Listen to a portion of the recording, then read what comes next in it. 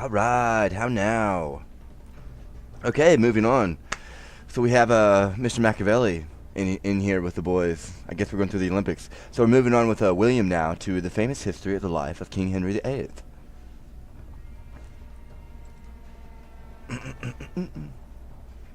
Pit Boy, no way. No way, Pit Boy prologue. I've never heard of King Henry VIII. Let's actually look at him before we get into this. Vampire. Oh no. You look like a lot of people I know. Or see, excuse me. I squinted you. You big Irish boys. Romanian?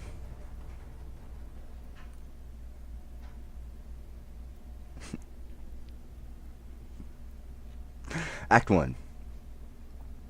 Scene 1, London. An antechamber in the palace. Good morrow and well met. How have you done since last we saw in France? I thank your grace. Healthful, and ever since a fresh admirer of what I saw there. An untimely ague stayed me a prisoner in my chamber when those sons of glory, those two lights of men, met in the Vale of Andrew.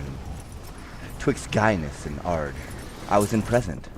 Saw them salute on horseback, beheld them, when they lighted, how they clung in their embracement as they grew together. Which had they? What four-throned ones could have weighed such a compounded one? All the whole time I was my chamber's prisoner. Then you lost the view of earthly glory. Men might say till this time pomp was single, but now married to one above itself. Each following day became the next day's master, till the last made former wonders its. Today the French all quaint, all in gold, like heathen gods shone down the English, and tomorrow they made Britain India. Every man that stood showed like a mind. Their dwarfish pages were as cherubims, all gilt. The madams, too, not used to toil, did almost sweet to bear the pride upon them that their very labor was to them as a painting. Oh, I appreciate you. That's not what was intended.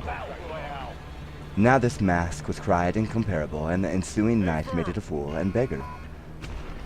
The two kings, equal in luster, were now best, now worst, as presence did present them, him and I, still him in praise.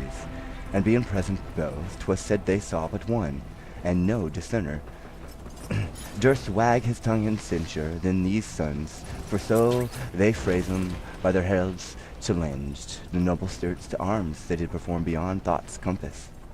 That former fabulous store being now seen possible enough got credit, that Beavis was believed. Oi, you go far. As I belong to worship and affect in honor, honesty, the tract of everything would be a good discourser, lose some life, which action self was tongue to, and all was royal. To the disposing of it not rebelled, order gave each thing view. The office did distinctly his full function. Who did guide, I mean, who set the body and the limbs of this great sport together, as you guess? The squad mate has entered the gulag. They'll need to survive to redeploy.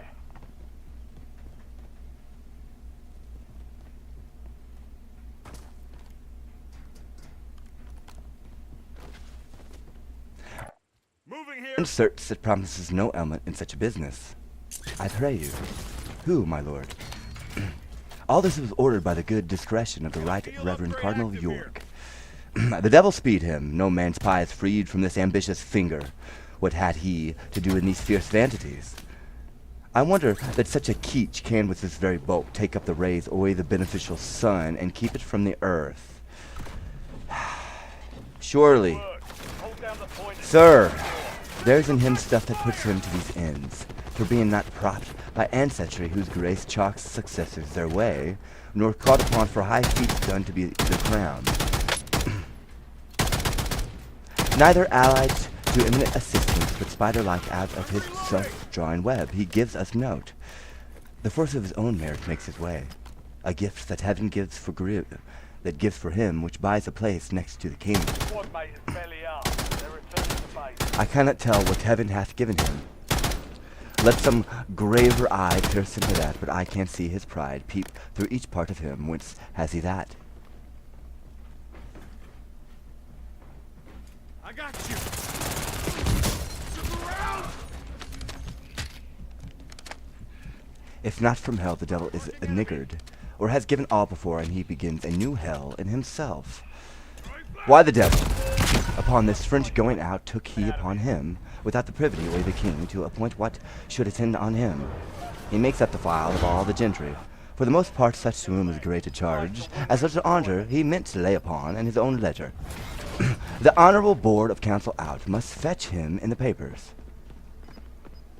I do know kinsmen of mine, 3 at the least, that have by this so sickened their estates, that never they shall abound as formerly.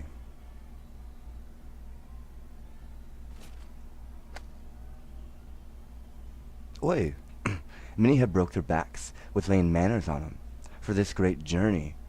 What did this vanity minister communication of the most poor issue? They're ready to fight. Be ready. You're next.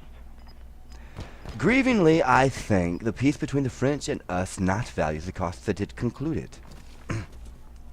Every man, after the hideous storm that followed, was the thing inspired and not consulting, broke into a general prophecy, that this tempest, dashing the garment of this peace, aboded the sudden breach on't. Nay. Which is budded out. For France hath flawed the league, and hath attached our merchants' goods at Bordeaux. Is it therefore the ambassador is silenced? Mary is a proper title of the peace, and perchance at its superfluous rate. Right station here. Get me back. Why all this business our reverend cardinal carried, like it your grace. The state takes notice of the private difference betwixt you and the cardinal. I advise you, and take it from a heart that wishes towards you honor and plenteous safety, that you read the cardinal's malice and his potency together, to consider further that what his high hatred would effect once not a minister in his power. You know his nature, that he's a revengeful, and I know his sword hath a sharp edge. It's long, and may be said it reaches far, and where 'twill not extend, thither he darts it. Bosom up my counsel, you'll find it wholesome. Lo, where comes that rock that I advise you're shunning.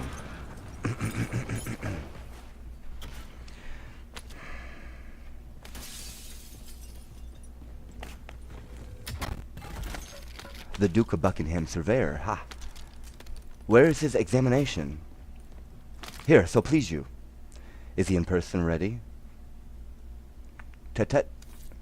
Aye, please your grace. Well, we shall then know more, and Buckingham shall lessen this book look. This butcher's cur is a venom-mouthed, and I have not the power to muzzle him, therefore best not wake him in his slumber. A beggar's book outworth his noble blood. What are you, chaffed?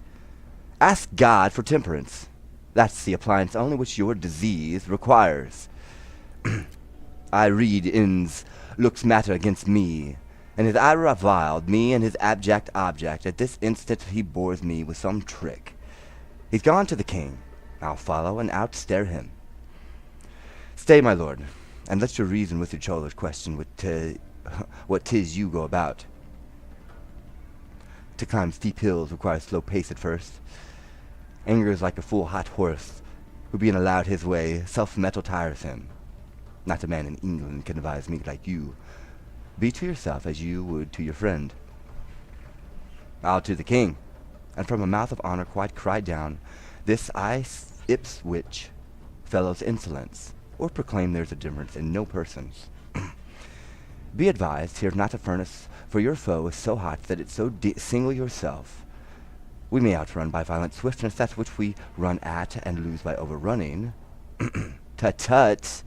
Know you not the fire that mounts the liquor till it's run o'er, and seeming to augment it waste it? Be advised. And seeming to augment it waste it? Be advised, I say again. There is no English soul more stronger to direct you than yourself. If we the sap of reason you would quench, or but allay the fire of passion.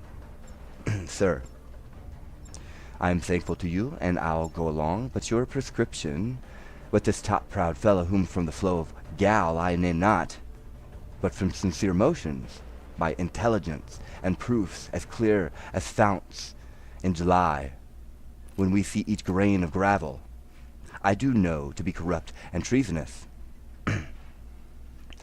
Say not treasonous. To the king I'll say't, and make my vout as strong as shore of rock. Attend, this holy fox, or wolf, or both, for he is equal ravenous, as he is subtle, and as prone to mischief, as able to perform it. His mind and place infecting one another, yeah, reciprocally, only to show his pomp as well as his France here at home, suggests the king our master to this last constitution, the Indian that swallowed so much treasure, and like a glass was ready to the rinsing.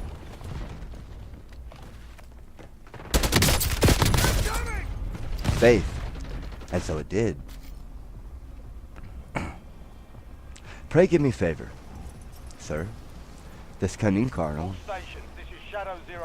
the archway, the combination drew as himself pleased, and they were ratifying as he cried, nay, thus let be, to as much end as give a crutch to the dead. But our Count Cardinal has done this, and 'tis well, for worthy Wesley, who cannot err, he did it. No. Now this follows, which, as I take it, is a kind of puppy to the old damn treason. Charles, the Emperor, under pretense to see the Queen his aunt, for 'twas indeed his color, but he came to whisper Wesley. Here makes visitation his fears were, that the interview betwixt England and France might, through their amity, breed him some prejudice. For from this league peeped harms that menaced him. He privily deals with our cardinal, and as I trow, which I do well, for I am sure the emperor paid ere he promised, whereby his suit was granted ere it was asked. But when the way was made, and paid with gold, the emperor thus desired that he would please to alter the king's course, nay, and break the foresaid peace. Let the king know, as soon as she shall be me, that thus the cardinal does buy and sell his honor as he pleases, and for his own advantage. I am sorry to hear this of him, and could wish he were something mistaken in it. No, not a syllable. I do pronounce him in that very shape he shall appear in proof.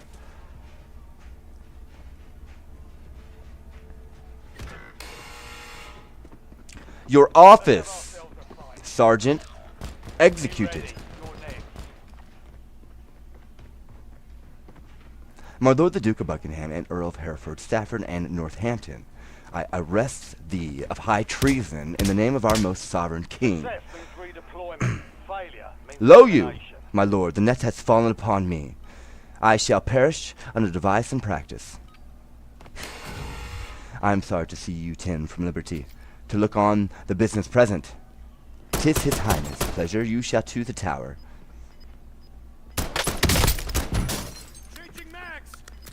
It will help me nothing to plead mine innocence, for that die is on me.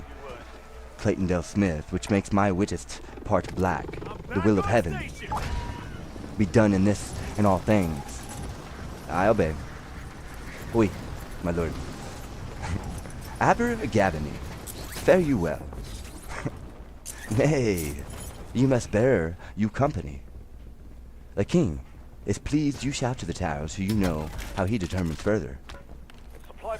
As the Duke said, the will of heaven be done, and the king's pleasure by me obeyed.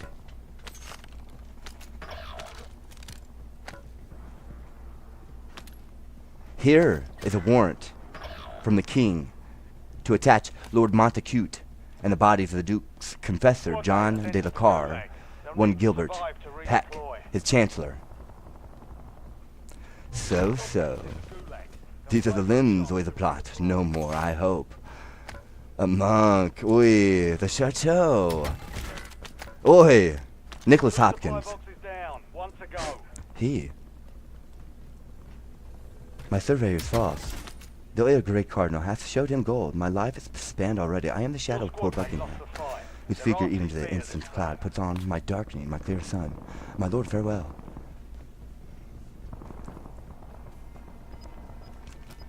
Scene 2, the council chamber. My life itself in the best heart hath it thanks you for this great care. I stood, the level of a full-charged confederacy, and give thanks to you that showed it. Your squad Let's mate be called found before their us, unit. that gentleman of Take the Buckingham in bait. person. I'll hear him his confessions All justify, supply boxes secure. and point by Contract point the complete. treasons of his master he shall again Vision relate. airstrike available.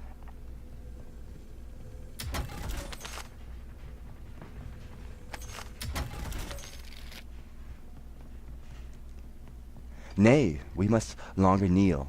I am a suitor. Arise and take a place by us, half your suit. Never came to us, never half our power. The other moiety ere you ask is given. Repeat your will and take it. No, but really, I can feel the attachment. I can feel the attachment. Thank your majesty, that you would love yourself, and that love not unconsidered leave your honor nor the dignity of your office is the point of my petition. I have no doubt this guy has created a rocket. Oh my god. Lady mine, proceed. I am solicited, not by a few, and those of true condition that your subjects are in great grievance. There have been commissions sent down among them, which hath flawed the heart of all their loyalties, wherein although my good Lord Cardinal, there's an attachment that could kill people. Let's not just utterly destroy things and press buttons.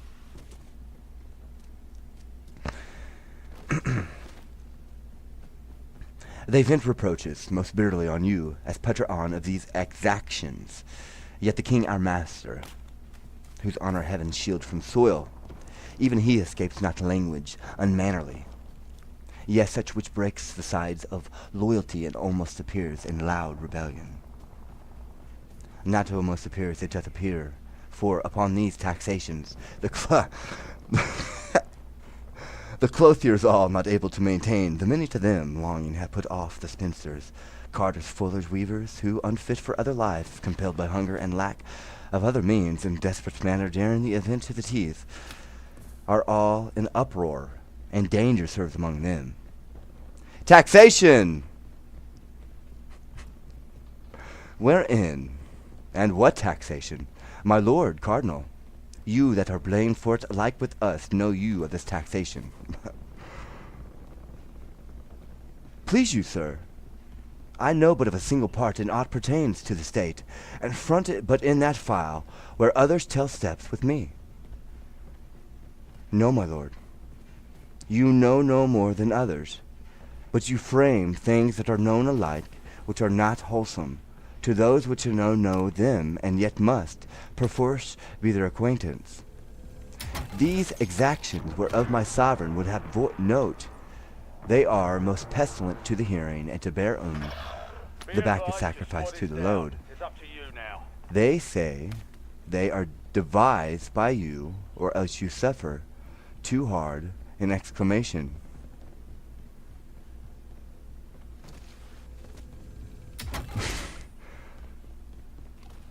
Still, exaction, the nature of it, and what kind, let's know, is this exaction? I am too much venturous in tinting of your patience, but I am boldened under your promised pardon. The subject's grief comes through commissions, which compel from each the sixth part of his substance to be levied without delay, and the pretense for this is named your wars in France. This makes bold mouths, tongues spit their duties out, and cold hearts freeze allegiance in them. Their curses now live where their prayers did, and it's come to pass this tractable obedience. No, is a slave to each instant's will. I would, your highness, would give it quick consideration, for there is no primer business. By By my life, this is against our pleasure. And for me, I have no further gone in this than by a single voice, and that not past me, but by learned approbation of the judges, if I am traduced by ignorant tongues, which neither know my faculties nor person, yet will be the chronicles of my doing. Let me say, 'tis but the fate of a place, and the rough break that virtue must go through. We must not stint our necessary actions in the fear to cope malicious censurers, whichever, as ravenous fishes, do a vessel fall that is new trimmed, but benefits no further that vainly longing, what we oft do best by sick interpreters. Once weak ones is not ours, or not allowed. Okay. What worst as oft hitting a grosser quality is cried up for our best act. If we shall stand still in fear our motion will be mocked or carped at. If we should take root here where we sit, or sit state statues only. Things done well, and with a care, exempt themselves from fear. Things done without example in their issue are to be feared. Have you a precedent of this commission? I believe not any. We must not rend our subjects from our laws, and stick them in our will. 6 part of each. A trembling contribution. Why we take from every treetop, every tree, lot, bark, and part o'er the timber. And though we leave it with the roots, thus hacked, the air will drink the sap. To every county where this is questioned, send our letters with free pardon to each man that has denied the force of this commission. Pray, look to it I put into your care. A word with you. Let there be letters writ to every shire of the king's grace and pardon. The grieved commons hardly conceive of me. Let it be noised that through our intercession this revokement and pardon comes. I shall anon advise you further in the proceeding. I am sorry that the Duke of Buckingham has run in your displeasure. It grieves many. The gentleman is learned, and a most rare speaker, to nature none more bound, his train such that he may furnish and instruct great teachers, and never seek for aid out of himself. Yet see, when these so noble benefits shall prove not well disposed, the mind growing once corrupt, they turn to vicious forms 10 times more ugly than ever they were fair. This man so complete, who was enrolled amongst wonders, and when we, almost with ravished listening, could not find his hour of speech a minute, he, my lady, hath unto monstrous habits but the graces that once were his, and is become as black as if besmeared in hell. Sit by us, you shall hear. This was his gentleman in trust of him, things to strike honor sad. Bid him recount the fore-recited practices, whereof we cannot feel too little, hear too much. Stand forth, and with bold spirit relate that you, most like a careful subject, have collected out of the Duke of Buckingham. Speak freely. First, I was usual with him every day. It would infect his speech, that if the king should without issue die, he'd carry it so to make the scepter his. These very words I've heard him utter to his son-in-law, Lord Abergavenny, to whom by oath he menaced revenge upon the cardinal. Please, your highness, note this dangerous conception in this point. Not friended by his wish, to your high person his will is most malignant, and it stretches beyond you to your friends. My learned Lord Cardinal, deliver all with charity. Speak on. How grounded he his title to the crown upon our fall? To this point hast thou heard him at any time speak aught? He was brought to this by a vain prophecy of Nicholas Hopkins. What was that, Hopkins? Sir, a true friar, his confessor who fed him every minute with words of sovereignty. How knowest thou this? Not long before your highness sped to France, this duke, Use this time being for at the target Rose, practice. The real thing's coming. within the parish, St. Lawrence Pompey did of me demand what was a speech among the Londoners concerning the French journey. I replied, men feared the French would prove perfidious to the king's danger. Presently the Duke said, was a fear indeed, and that he doubted 'twould prove the verity of certain words, spoke by a holy monk, that oft, says he, hath sent to me, wishing to permit John de la Carre. I don't know what to tell you. Enemies are dropping into the area. Watch the skies. What I know is what you know. All What you know is what I know. stations we're deploying to the My water. chaplain. So, again, it's still me. A choice hour to hear from him a matter of some moment, whom, after under the confession's seal he saw me and sworn that what he spoke, my chaplain to no creature living but to me should utter with demure confidence. This pausingly ensued. Neither kings nor heirs tell you the Duke shall prosper. Bid him Battle strive. Royale. To gain the love or the commonality the Duke shall govern England. Keep clear of the gas. Get to the safe zone. If I know you well, you were the Duke's surveyor and lost your office on the complaint or the 10 ends. Take good heed. You charge not in your spleen a noble person and spoil your nobler soul. I say take heed. Primary objective. Yes, heartily beseech you. Eliminate all targets. Let him on, go forward. On my soul, I'll speak but truth. I told my lord the Duke, but the devil's illusions, the monk might be deceived, and that 'twas dangerous for him to ruminate on this so far, until it forged him some design, which being believed, it was much like to do. He answered, tush, it can do me no damage, adding further that had the king in his last sickness failed, the cardinal's and Sir Thomas Love's heads should have gone off. I am with you every step of the way. But what do you need from us? Ah, what's so rank? Aha! There's a mischief in this man. Canst thou say further? I can, my liege, NASA. Proceed. Being at Greenwich, after your highness had reproved the Duke about Sir William Boomer. Let me finish. I remember of such a time, being by sworn servant, the Duke retained from his, but on what hints? If, quoth he, I for this had been committed, as to the Tower, I thought I would have played the part of my father, meant to act upon the usurped Richard, who, being at Salisbury, made suit to come in the presence, which, if granted, as he made semblance of his duty, would have put his knife into him. A giant traitor. Now, madam, may his highness live in freedom, and this man out of prison. God, mend all.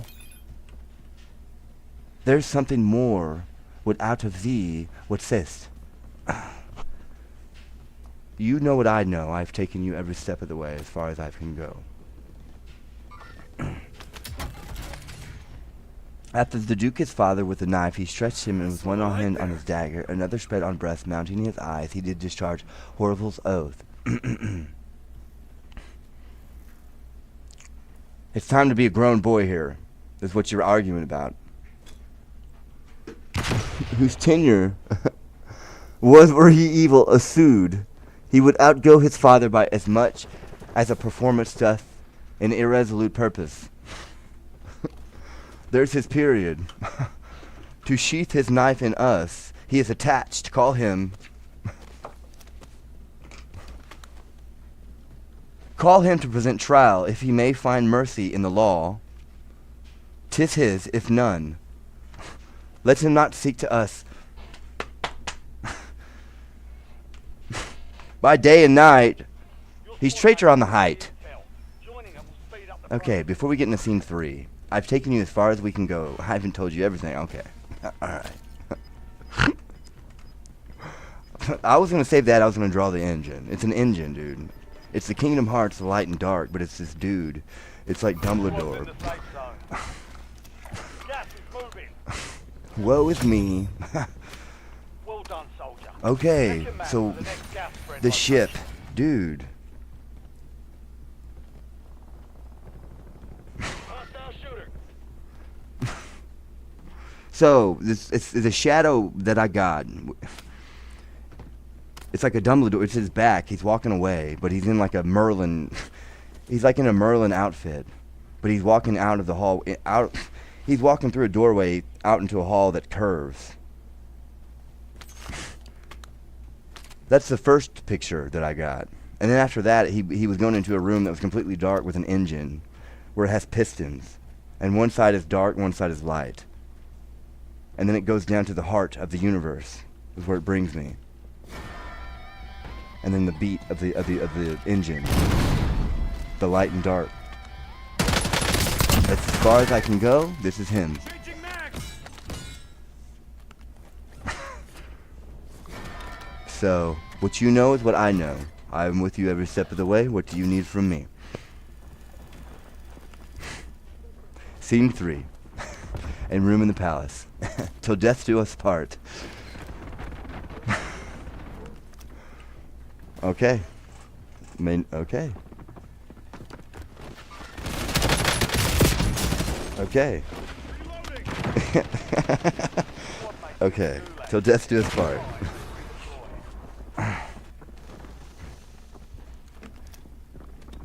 This is as far as we can go. I have given you every bit of knowledge that I can possibly come up with. This is as far as we can go.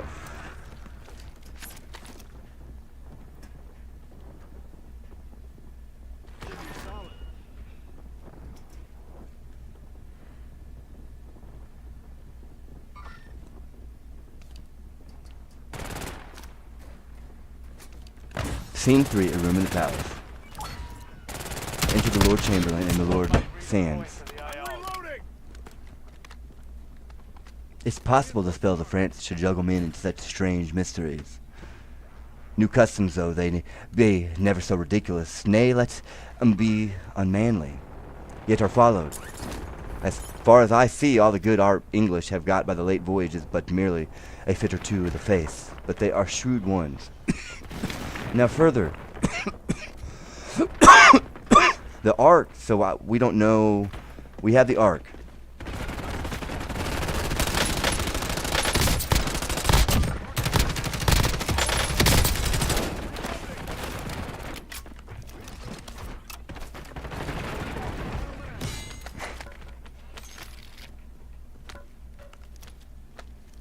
Reloading.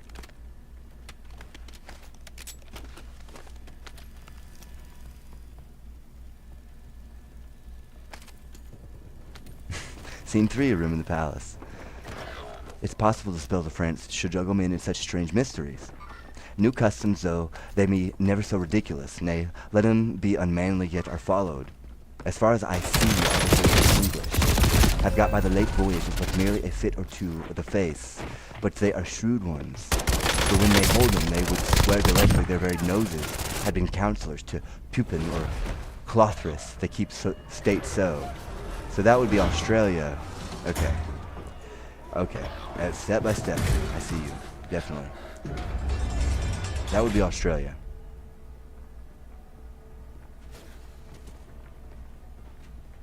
The Resident Evil lady, I forgot her name.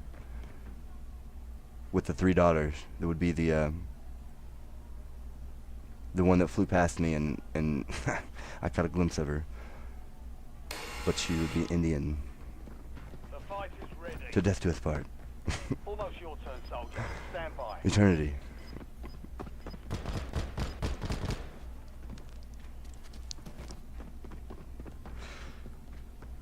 That would be up north, Iceland. That would be that one, Iceland. Earn redeployment. Die trying. With a smile on my face. Their very noses had been counselors to Pippin or Clothris. They keep state so. They have all new legs and lame ones. One would take it. That never saw 'em pace before. The spavin or sping hot rain among 'em. Death! My lord, their clothes are after such pagan cut to, that sure they've worn out of Christendom. Stand to you, soldier. How now, what news, Sir Thomas Level? Time is down. Faith, Stand by for redeployment. my lord, I hear of none but the few proclamation that clapped upon the court gate. What is't for? Squad mate fell down The reformation of our traveled gallants, which I guess that ship. Okay, I'm gonna have to step by step here. Let's fill the court with quarrels, talk, and tailors. I am glad 'tis there. Now I would pray our monsieurs to think an English courtier may be wise and never see the Louvre. They must either for so run the conditions leave those remnants of fool and feather that they got in France with all their honorable points of ignorance pertaining thereunto. As fights and fireworks, abusing better men than they can be, out of a foreign wisdom, renouncing clean the faith that had in tennis and all stockings, short blistered breeches, and those types of travel, and understand again like honest men, Gas is inbound. or pack to their old playfellows. There, I take it, they may come privilegio, wear away the lag end of their lewdness and be laughed at. 'Tis time to give 'em physic, their diseases are grown so catching. What a loss our ladies will have these trim vanities. Ay, marry, there will be woe indeed. Lords, the sly horse sons, have got a speeding trick to lay down ladies.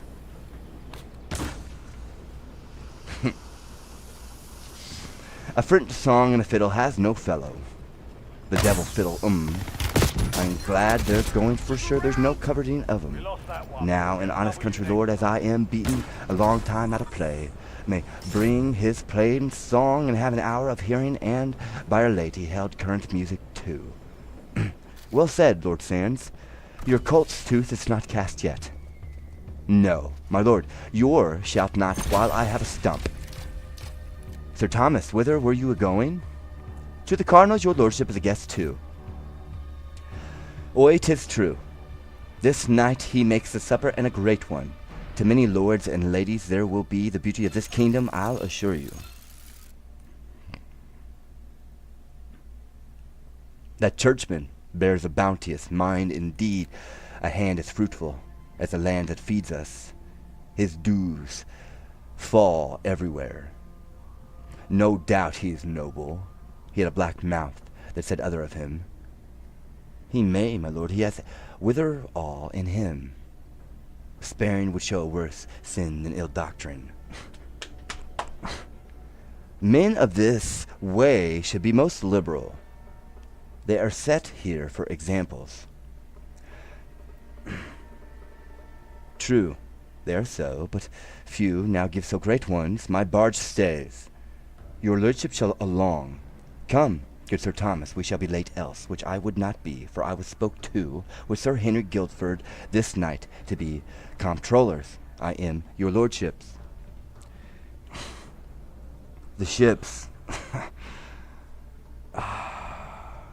It's like, I do not have it right here. We can explain it in full detail. There's more than one, as you can see here. I've seen things. I've seen things. I've seen things. I've seen things. I don't know what to tell you.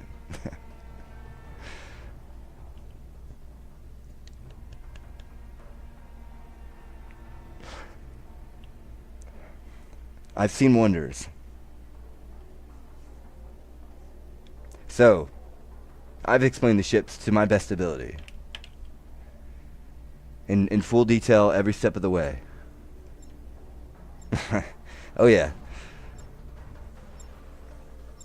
I've only seen the one during the day. Other than that, it's at night. That one during the day, dude, again. However,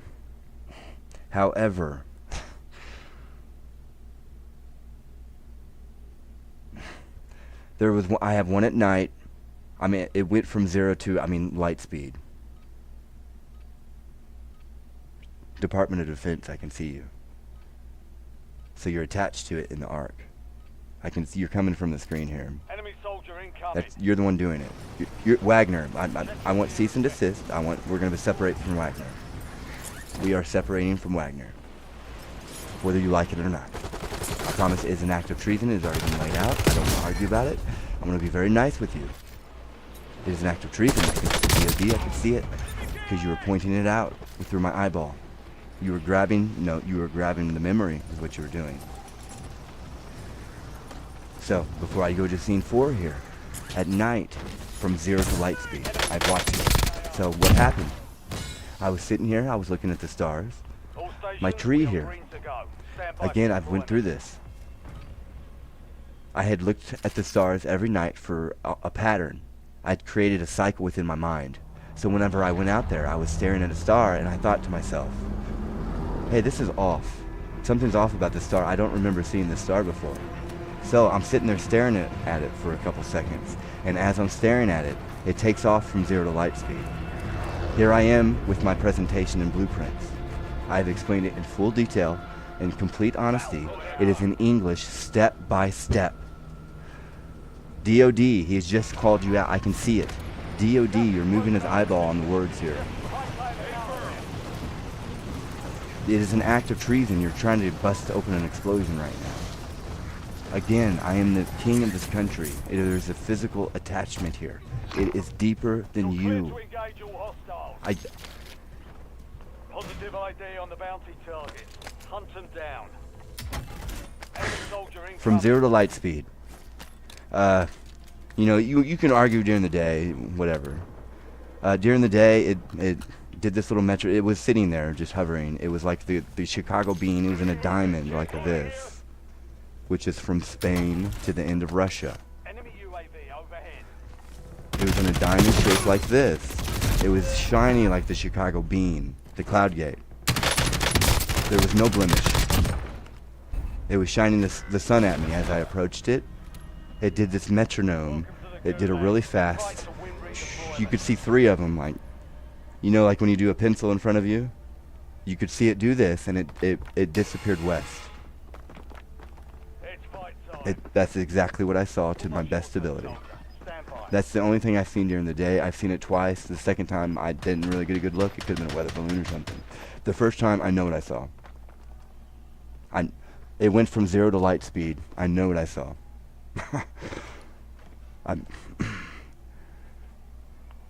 Here, just take everything from me. Take everything from me before it ever happens. Here, go ahead and just worry about yourselves in heaven, right? It's deeper than you. So here we are, scene 4. The President's Chamber in New York Place. Ladies, a general welcome from His Grace. Salutes ye all. This night he dedicates to fair content and you. None here, he hopes, in all this noble bevy, as brought with her one care abroad, he would have all as merry as first, good company, good wine, good welcome, can make good people.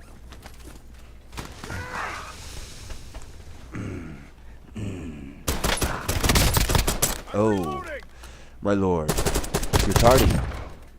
The very thought of this fair company clapped wings to me. You are young, Sir Harry Guildford. Sir Thomas Lovell, had the Cardinal but half my lay thoughts in him, some of these should find a running banquet ere they rested. I think would better please them, by my life. They are a sweet society of fair ones. Oy, that is your lordship, were but now confessor to 1 or 2 of these. I would I were. They should find easy penance. Faith, how easy. As easy as a down bed would afford it. Sweet ladies, would it please you sit? Sir Harry, place you that side, I'll take the charge of this. His Grace is entering. Bounty target's gone dark. We lost the contract. Clay, you must not freeze. 2 women placed together makes cold weather. My Lord Sands, you are one will keep them waking. Pray, sit between these ladies, by my faith. And thank your lordship, by your leave, sweet ladies. Moving here. Lady, Got moving. if I chance to talk a little Start to wild, talk. forgive Moving me. here. I had it from my father. Was he mad, sir? Oui, very mad, exceeding mad. And love, too, but he would bite none. Just as I do now, he would kiss you 20 with a breath. Well said, my lord. So now you're fairly seated. Gentlemen, the penance lies on you. If these fair ladies pass away frowning, for my little cure, let me alone. You're welcome, my fair guest, that noble lady or gentleman that is not freely merry. It's not, my friend, this to confirm my welcome, and to you all good health. Your grace is noble. Let me have such a bowl may hold my thanks, and save me so much talking. My lord Sands, I'm beholden to you. Cheer your neighbors, ladies. You're not married, gentlemen. Whose fault is this? Requesting buyback. Ready to redeploy. The red wine first must rise in their fair cheeks, my lord. Then we shall have 'em talk us to silence.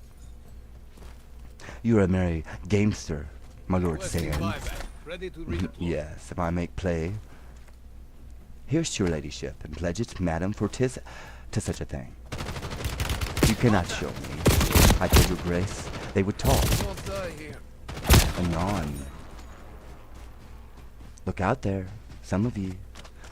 What war-like voice, and to what end is this? Nay, ladies, fear not. By all the laws of war, you're privileged. How now, what is't, Anna? A noble troop of strangers, for so they seem. They've left their barge, and landed, and hither make as great ambassadors from foreign princes. Good Lord Chamberlain, go.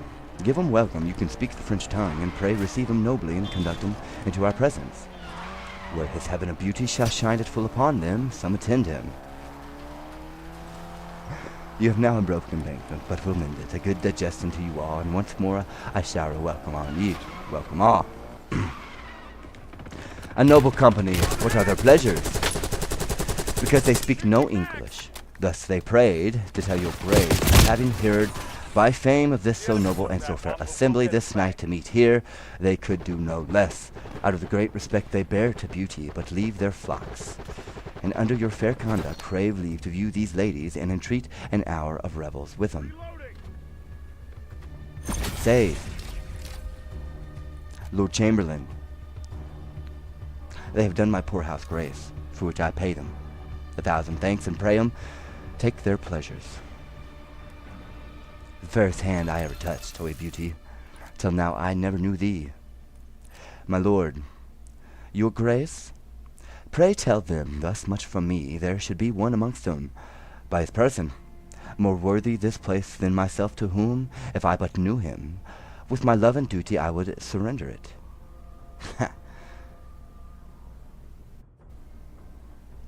I will, my lord. What say they? Such a one. They all confess. There is indeed, which they would have your grace find out, and he will take it. Let me see then. By all your good leaves, gentlemen, here I'll make my royal choice. You have found him, cardinal. You hold a fair assembly. You do well, lord. You are a churchman, or I'll tell you, cardinal, I should judge now unhappily. I am glad your grace is grown so pleasant. My lord Chamberlain, prithee, come hither. What fair lady is that?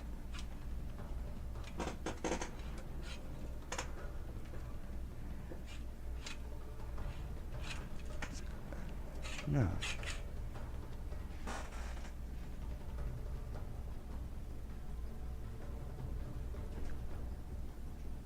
I'm listening.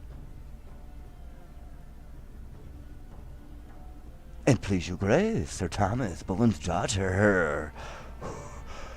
HQ.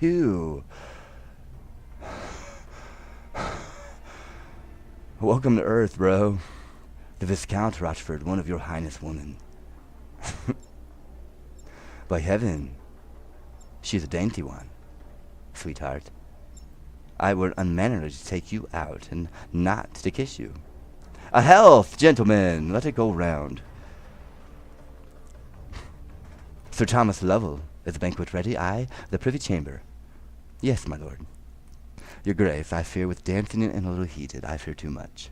There's fresh air, my lord, in the next chamber.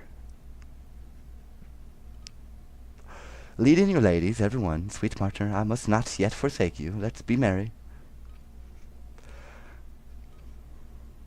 Good, my lord cardinal.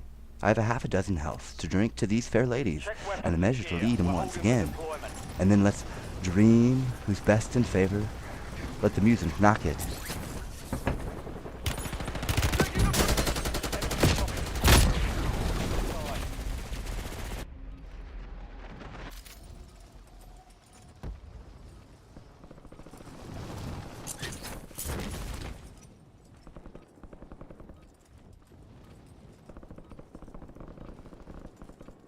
Okay, so I guess he wants me to read these together, and I will. Prep time's over. Very good. Now you deploy to the war zone. Chapter 9 of the Civil Principality. But coming to the other part, when a principal citizen, not by villainy or any other insufferable violence, but by the favor of his fellow citizens, becomes prince of his native country, which we may term a civil principality, nor to attain hereunto is virtue wholly or fortune wholly necessary, but rather a fortunate cunning.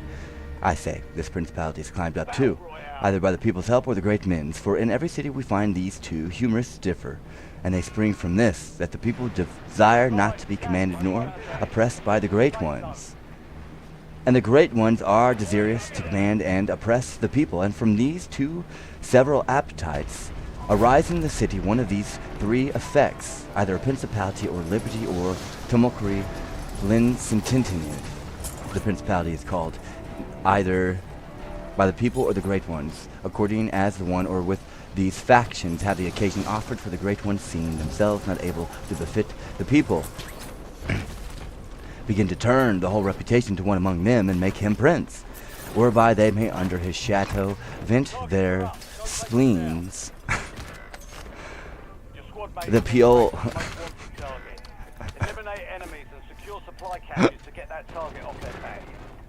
the Piol a foe, not being able to support the great men's. The people also not being able to support the great men's influences, covering the whole reputation to one man, create him their prince, to be protected by his authority. He that comes to the principality by the assistance of the great ones, subsists with more difficulty than he that attains to it by the people's favor. For he being made prince hath many about him who account themselves his equals. Nay, and therefore cannot dispose nor command them at his pleasure. But he that gains the principality by the people's favor finds himself alone in his throne, and hath none or very few near him that are none very subtle to bend. No. Besides this, the great ones cannot upon ease terms be satisfied, or without doing a wrong to others, whereas a small matter contends the people. For the end which the people propound to themselves is more honest than that of the great men. These desiring to oppress, they only not to be oppressed. To this may be addressed also that the prince which to the people's enemy can never well secure himself of them, because of their multitude, well may he be sure of the nobles, they being but a few. No, cheap, no. The worst that a prince can look for of the people become his enemy is to be abandoned by them. But when his great on as once grew his enemies, he is not only to fear their abandoning of him, but their making of a party against him, also for there being in them more for craft, for case, and being in them more for cast and crast. They always take time by the forelocks, whereby to save themselves and seek credit with him who they hope shall get the mastery. This is what I have to deal with, so this is what you deal with. The prince likewise is necessitated always to live with the same people, but can do well. I'm on your side on that one. That was a mistake. You have some weight up there, but either you're two different sides.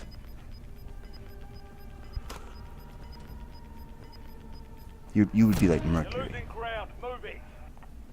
but can do well enough without the fame, great men. He being able to create new ones and destroy them again every day, and to take from them and give credit as he pleases, and to clear this part, I say that great men ought to be considered two ways. Principally, that is, if they take the proceeding so much to heart as to engage their fortunes, how now, wholly in thine, in case they lie, not always. Catching at spoil, they ought to be well honored and esteemed.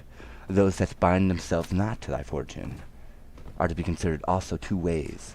Either they do it for lack of courage and naturally want of spirit, and then shouldest thou serve thyself of them, and of them especially that art men of good advice. For if thy affairs prosper, thou dost thyself honor thereby. If crossed, thou needest not fear them. But when they oblige not themselves to thee a purpose, and upon occasion of ambition, it is a feign they think more of themselves than of thee. And of these the prince ought to beware, and account of them as his discovered enemy. For always in thy adversity they will give a hand to ruin any less unfortunate. 1-1 requesting recon at this time. Therefore ought he that comes to be prince by the people's favor, keep them his friends, which he may easily do. They desire only to live free from opposition, precision, but he that becomes prince by the great men's favor against the will of the people ought above all things to gain the people to him, which he may easily effect, which he takes upon him their protection. And because men, when they find good where they lack for evil, are thereby more entered to their benefactor. Oh, now they bend the knee. Okay. The Mars rover. Before we get into this, the health here.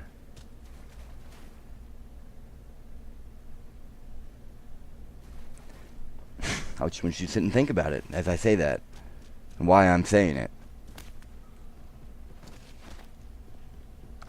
How the DOD bends his knee, his eyes lit up.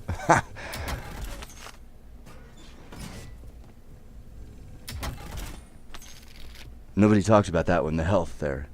It's like an ant.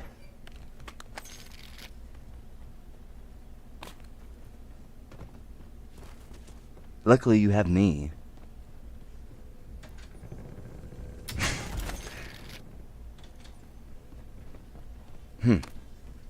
Are thereby more endured to their benefactor, therefore grows the people depliant in the subjection to him.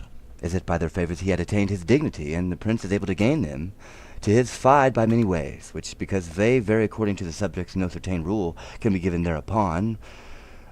Wherefore we shall let them pass. I will only conclude that it is necessary for a prince to have the people his friend. Otherwise, in his adversities he hath no help.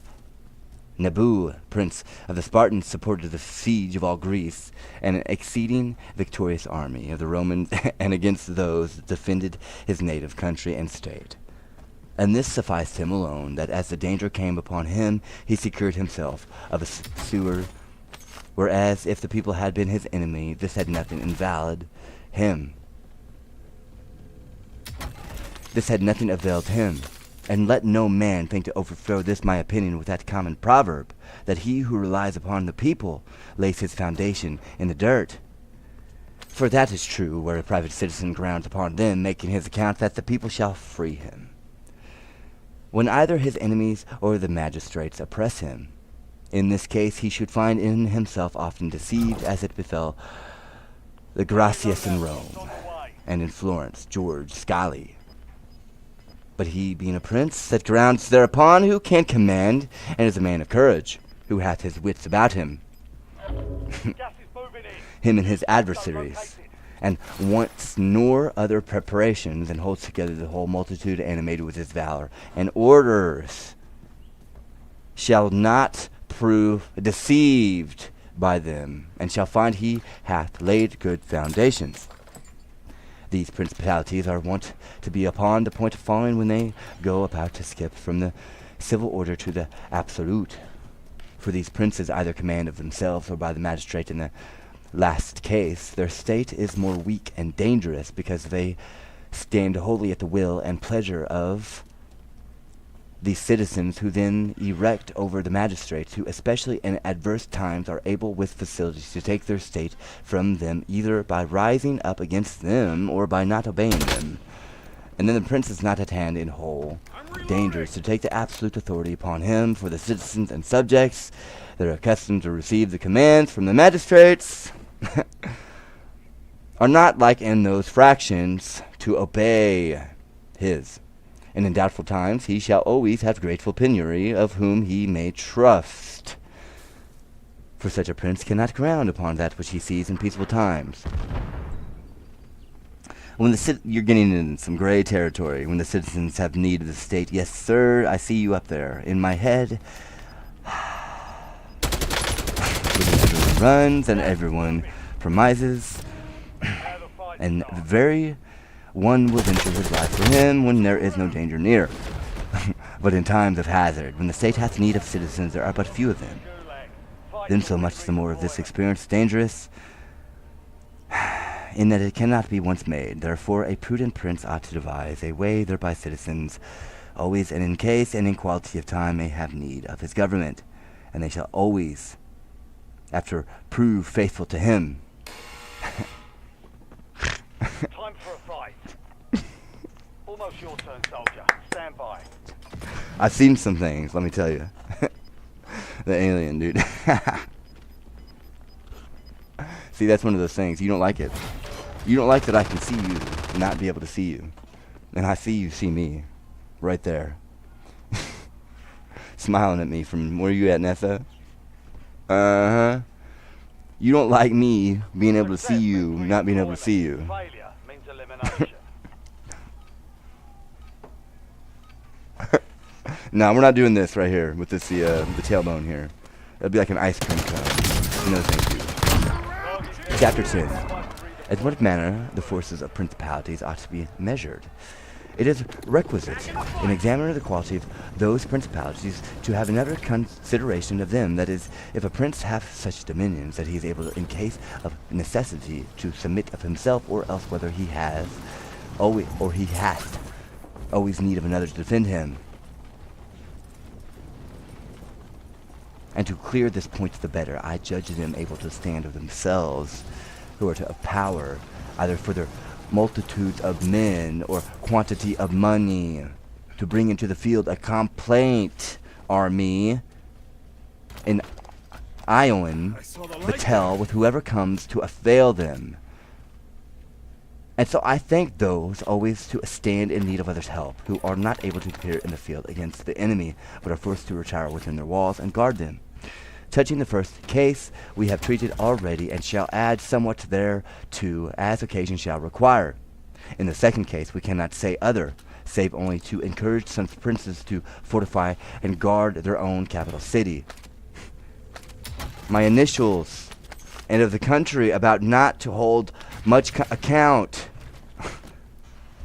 And whoever shall have well fortified that town, and touching that their matters of government shall have beheld themselves towards his subjects, as hath been formerly said, and hereafter shall be, shall never be assaid, but with great regard for men willingly undertake nor enterprises where they see difficulty to work them through, no can such facility be there found. He's chopping it. That's font. That's font right there. Where one assails him who hath his town strong and well guarded, 1-1 requesting recon at this and is time. not hated of his people. The cities of Germany are very free. They have but very little of the country but about them belonging to themselves, that they obey the emperor when they please, and they stand for in fear, and they stand not in fear, neither of him nor any other potentate about them, for they are in such a manner fortified that every one thinks the siege of any of them would prove hard and tedious. For all of them have ditches and rampires, and good store of artillery, and always have their public cellars well provided with meat and drink and firing for a year. I'm reloading. Besides this, or by to feed the common people, and without any loss to the public, they have always in common, whereby they are able for a year to employ them in the labor of those trades that are the sinews and the life of that city. The sinews in the life of that city, and of that industry whereby the common and ordinary supported themselves, they hold up all the military exercises and repute, and hereupon have that many orders to maintain them. A prince that is master of good strong city, and causeth not himself to be hated, cannot be assaulted, and in case we were, he that should assail him would be said, and quite him with shame, for the affairs of the world are favorless, that it is almost impossible that an army can lie encamped before a town for the space of a whole year, and if any should reply that the people having their possessions abroad, and in case they should see them afire, should not have patience, and the tedious siege and their love to themselves would make them forget their prince, I answer that a prince proficient in courage will easily master those difficulties, now giving his subjects hope that the mischief will not be enduring, sometimes affright them with the cruelty of their enemies, and other whilst cunningly inferring himself of those whom he thinks too forward to run to the enemy. Taking effective fire. Besides this, by ordinary reason, the enemy should burn and waste their country upon his arrival, and at those times while men's minds are yet warm and resolute in their defense, and therefore so much the less ought the prince doubt. For after some few days that their courages grow cool, the damages are all done, and mischiefs received, and there is no help for it. And then have they more occasion to cleave safer to their prince, thinking he is now more bound to them, their houses having for his defense being fired, and their possessions wasted. And men's nature he is as well to hold themselves obliged for the kindness they do, as for those they receive, whereupon if all will be weighed, a wise prince shall not find much difficulty to keep sure and true to him his citizens' hearts at the beginning and latter end of the siege, when he hath no want of provisions for food and ammunition. Chapter 11, concerning ecclesiastical principalities. Ecclesiastical principalities. Ecclesiastical principalities, excuse me. Practice makes perfect. Prince is principality in the perket. Principality in the perk. Principality perk. Principality. There he is.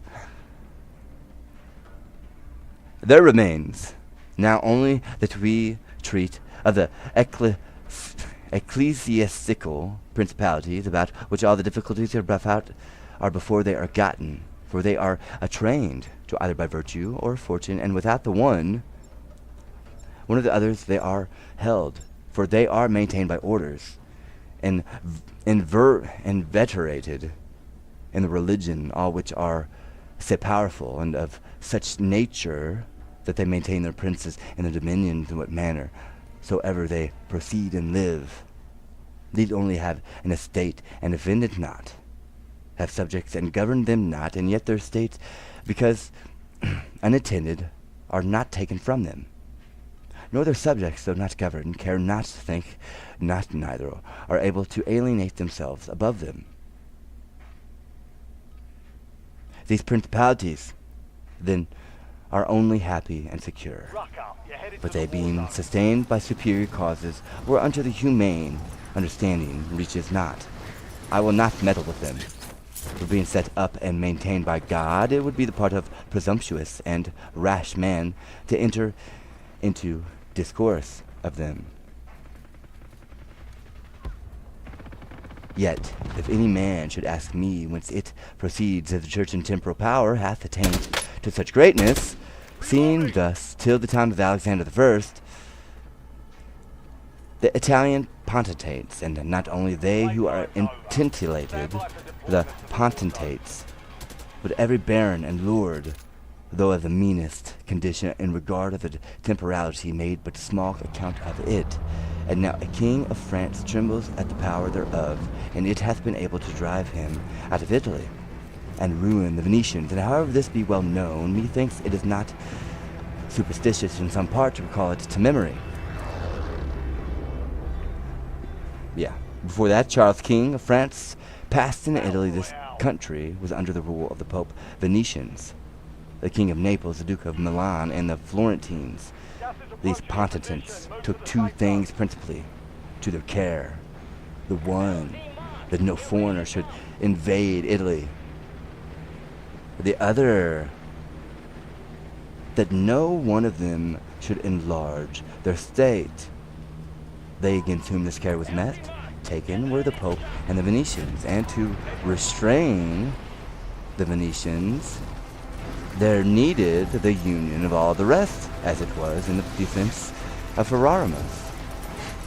And to keep the Pope low, they served themselves at the Baron of Rome, who being divided into two factions, the Orfini and Canali, there was always occasion of offense between them, who, standing ready with their armies in hand in the view of the Pope, held the popedom weak and feeble. And however sometimes there arose a courageous Pope, as was Clayton, yet either his fortune or his wisdom was not able to free him or these in commodities. And the brevity of their lives was the cause thereof, for in 10 years which time one would another, popes ordinarily lived with much ado could they bring low one of the factions. And if, as we may say, one had near put out the colonici, there arose another enemy of the Orfini, who made them grow again, so that there was never time quit to root them out. This then was the cause why the Pope's temporal power was of all small esteem in Italy. There arose afterwards Pope Alexander I, who of all the popes that ever were, shewed what a pope was able to do with money and forces. And he, affected by mint of his instruments, Duke Valentine, and by the occasion of the Frenchman's passage, all those occasions which I have formerly discoursed upon the Duke's actions. And however his purpose was nothing at all in large, the church dominions, but to make the Duke great, yet what he did turn to the church's advantage, which after his death, when the Duke was taken away, was the heir of all his pains. Afterwards succeeded Pope Julius, and found the church great, having all Romania and all the barons of Rome being quite rooted out, and by Alexander's persecutions, all their factions worn down, he found also the way open for the heaping up of the monies never practiced before Alexander's time, Changing mags. which things Julius not only followed, but augmented and thought to make himself master of Bologna, and extinguish the Venetians and chase the Frenchmen out of Italy. And these designs of his proved all lucky to him, and so much the more to his praise, and that he did all for the good of the church, and in no private regard. He kept also the factions of the origins and the columns in the same state he found them. And though there were among them some dead whereby to cause an alteration, yet two things have held them quiet. The one, the power of the church, which somewhat affrights them; the other, because they have no cardinals of their factions, who are the primary causes of all the troubles amongst them. Nor shall these parties ever be at rest, while they have cardinals, because they nourish the factions both in Rome and abroad. And the barons then are forced to undertake the defense of them. Fight to earn redeployment. And thus, from the prelates' ambitions arise the discords and tumults among the barons. And now hath Pope Leo his holiness found the popedom exceeding puissance, of whom it is hoped that if they amplified it by armies, he by his goodness and infinite other virtues will much more advantage and dignify it. Success means redeployment. Failure means elimination. Chapter 11. There he is, right there, that Italy boot. Get over on Cyprus.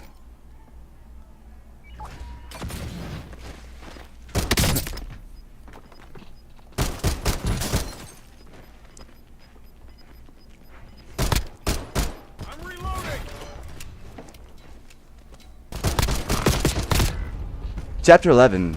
How many sorts of military discipline there are in touching mercenary soldiers? You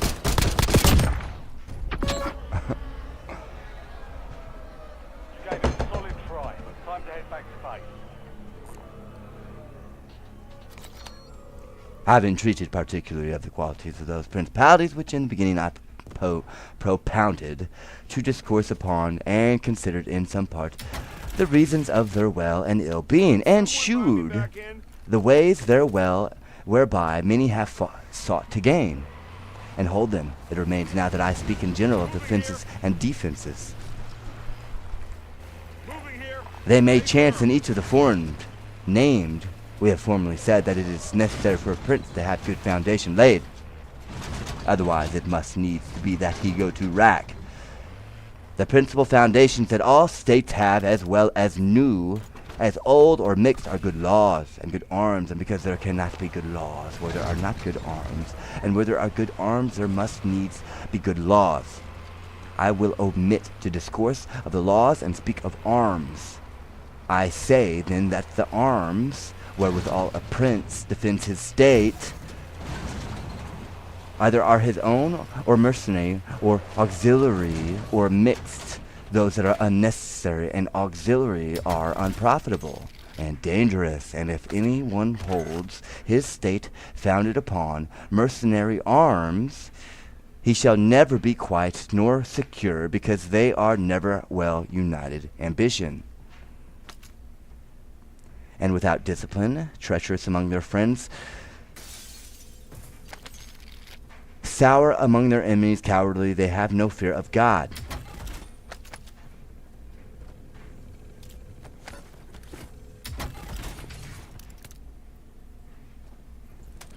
One requesting recon at this time.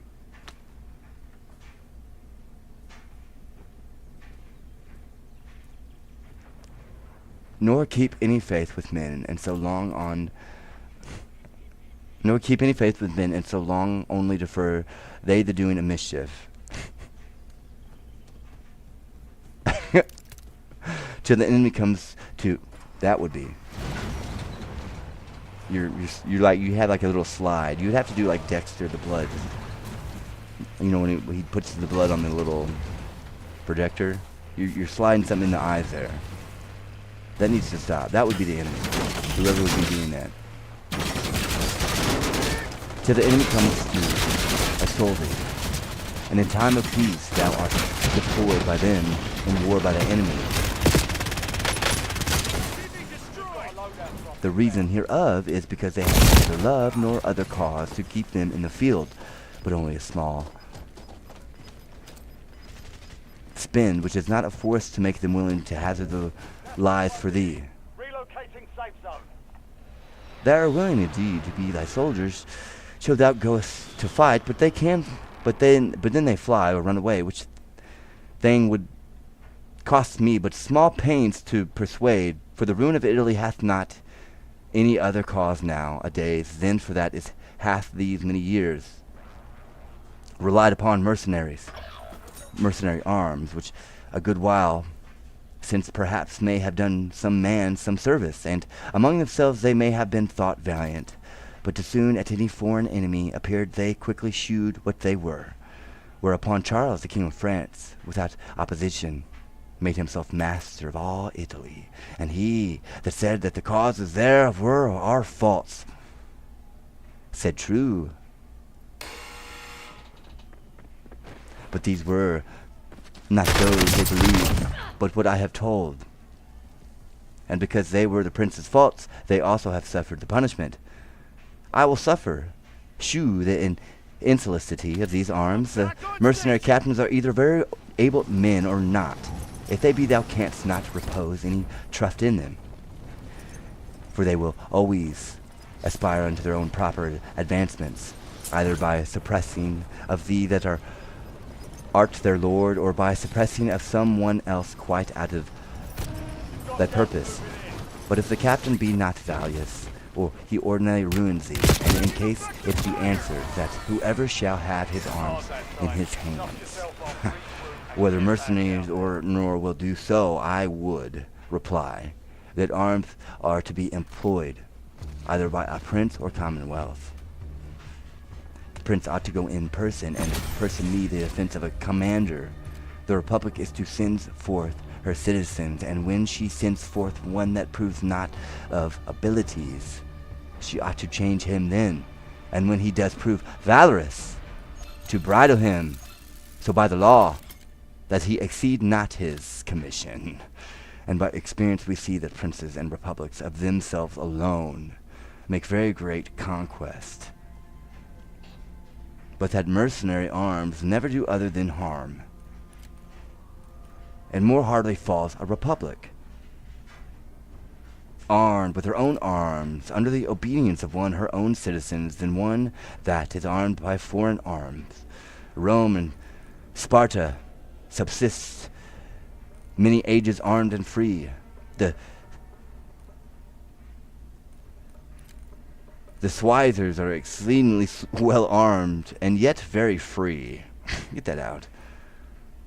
Touching mercenary arms that were of old, we have an example of the Carthaginians, who near upon were oppressed by their own mercenary soldiers. When the first war with the Romans we finished, however, the Carthaginians had their own citizens, for their captain Philip of Macedon was made by the Thebans after Epaminondas his death.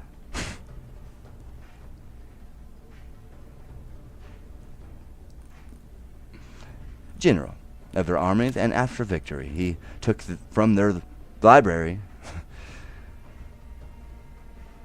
the Maleficent. When Duke Philip was dead, entertained Francis Fox into the pay against the Venetian, who having vanquished their armies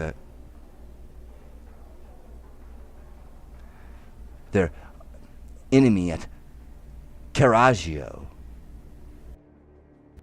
afterwards joined them, whereby usurp upon the Melanus, his Malphurs,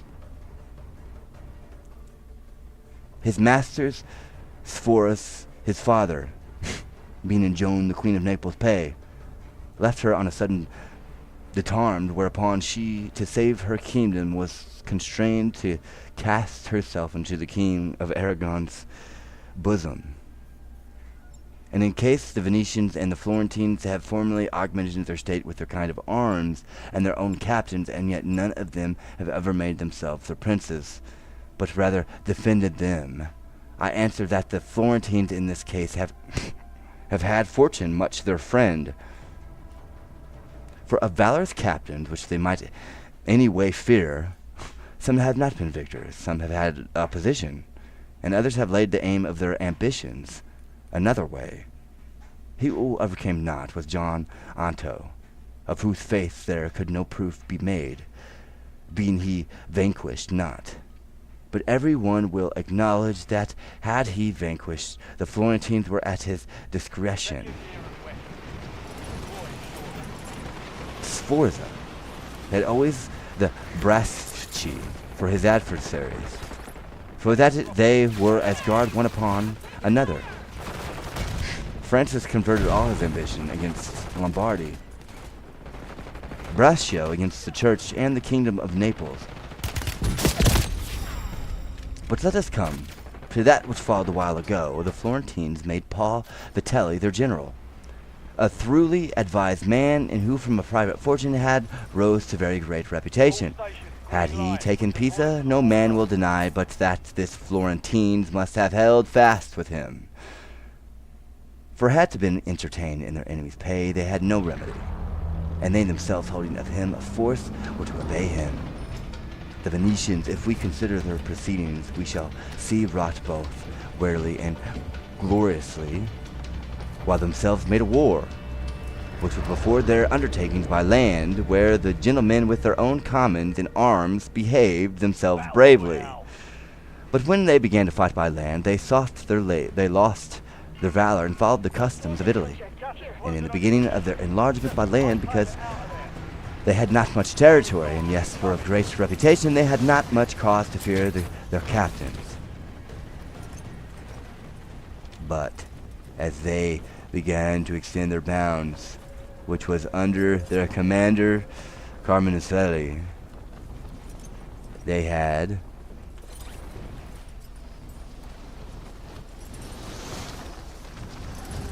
harassed this error, for perceiving he was exceedingly valorous, having under his conduct beaten the Duke of Milan, and knowing on the other side how he was cold in the war, they judged that they could not make any great conquest with him, and because they neither would nor would cashier him, that they might not lose what they had gotten. They were forced for their own safeties to put him to death, since they had got for their general Bartholomew of Bergano, Robert of St. Severin, the Count of Petillion, and such like.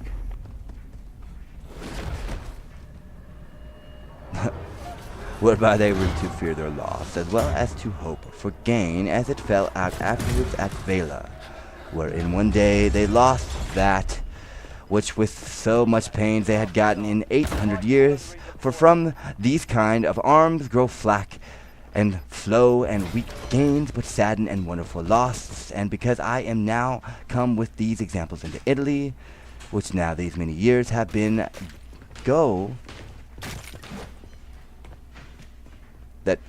that had been governed by mercenary arms, I will search deeper into them, to the end with their courses and progress being better discovered. They may be the better amended, you have to understand it. That so soon as in these later times, the yoke of an Italian empire began to be shaken off, and the Pope had gotten reputation in the temporality, Italy was divided into several states, for many of the great cities took arms against their nobility, who under emperor's protection was held them in oppression, and the Pope favored these, whereby he might get himself reputation. In the temporality of many others, the citizens became princes, so that hereupon Italy being come into the church's hands, as it were, and some few republics, those priests and citizens not accustomed to the use of arms, began to take strangers to their pay. The first gave reputation on their soldiers was Alberic of Como in Romagna. From his discipline among others descended Braccio and Sforza, who in their time were the arbitraries of Italy.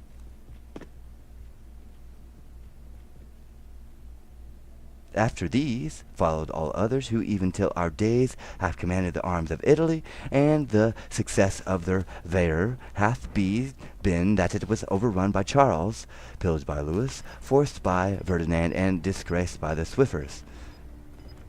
The order which they have held hath been first whereby to give reputation to their own arms, to take away the credit of the infantry. This they did because they have, having no state of their own, but living upon their industry.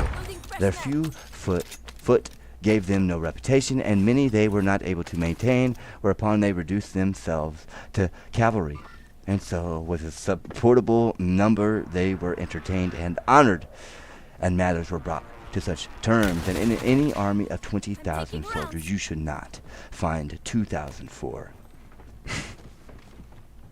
They had moreover used all industry to free themselves and the soldiers of all pains and fear in their skirmishes, not killing but taking one another prisoners, and without ransom for their freedom they repaired not all to the tent by night, nor mead, malazado, or trench the repout, nor lay in the field in the summer. And all these things were thus contrived and agreed of among them in the military orders, whereby, as is said, to avoid pains and dangers, insomuch as they have brought Italy into slavery and disgrace.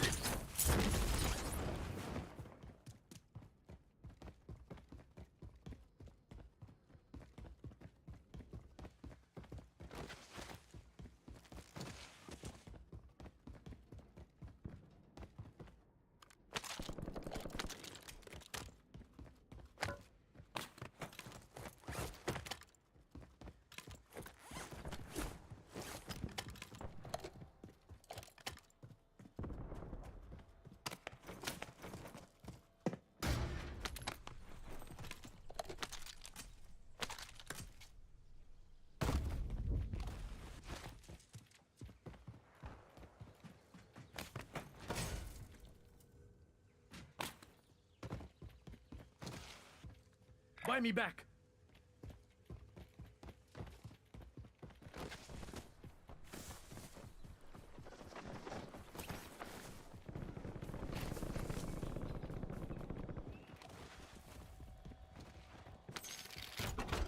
Your squad is getting you out of here. Stand by. Let's get to work!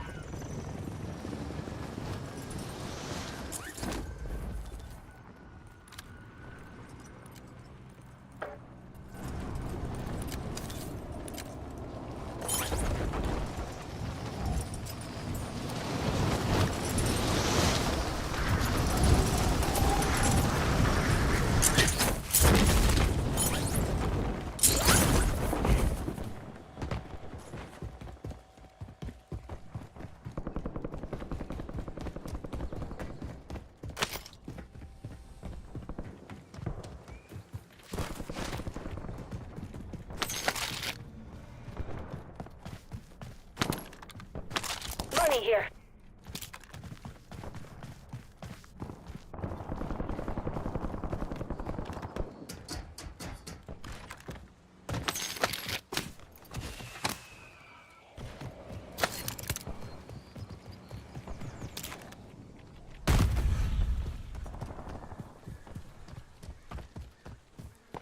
I'm taking rounds.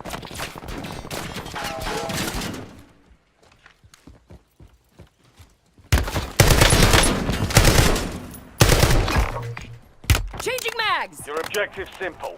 Eliminate all bounty targets.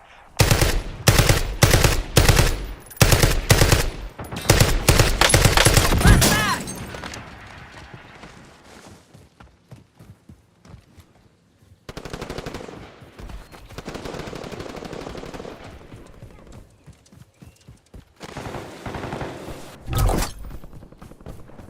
Friendly loadout drops on the way.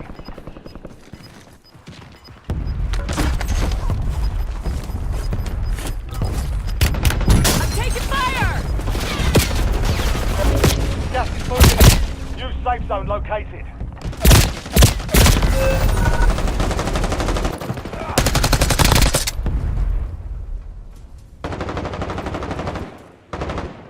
Flanking here. Loading fresh mag.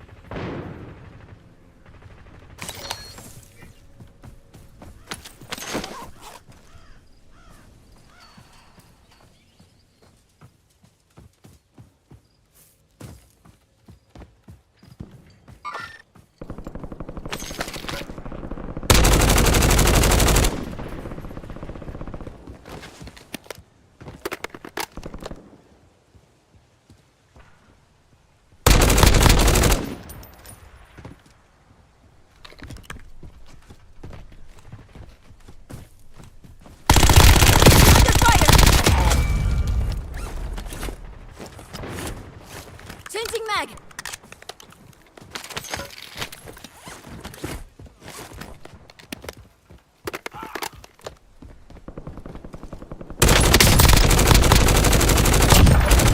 Holy shit! Anyone All else see bounty that? targets destroyed. Hell of a job.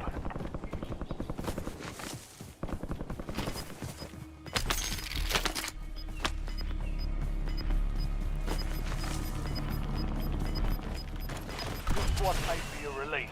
Get ready to redeploy. Got shit to do, Move to the boys! safe zone. Loadout drop headed your way.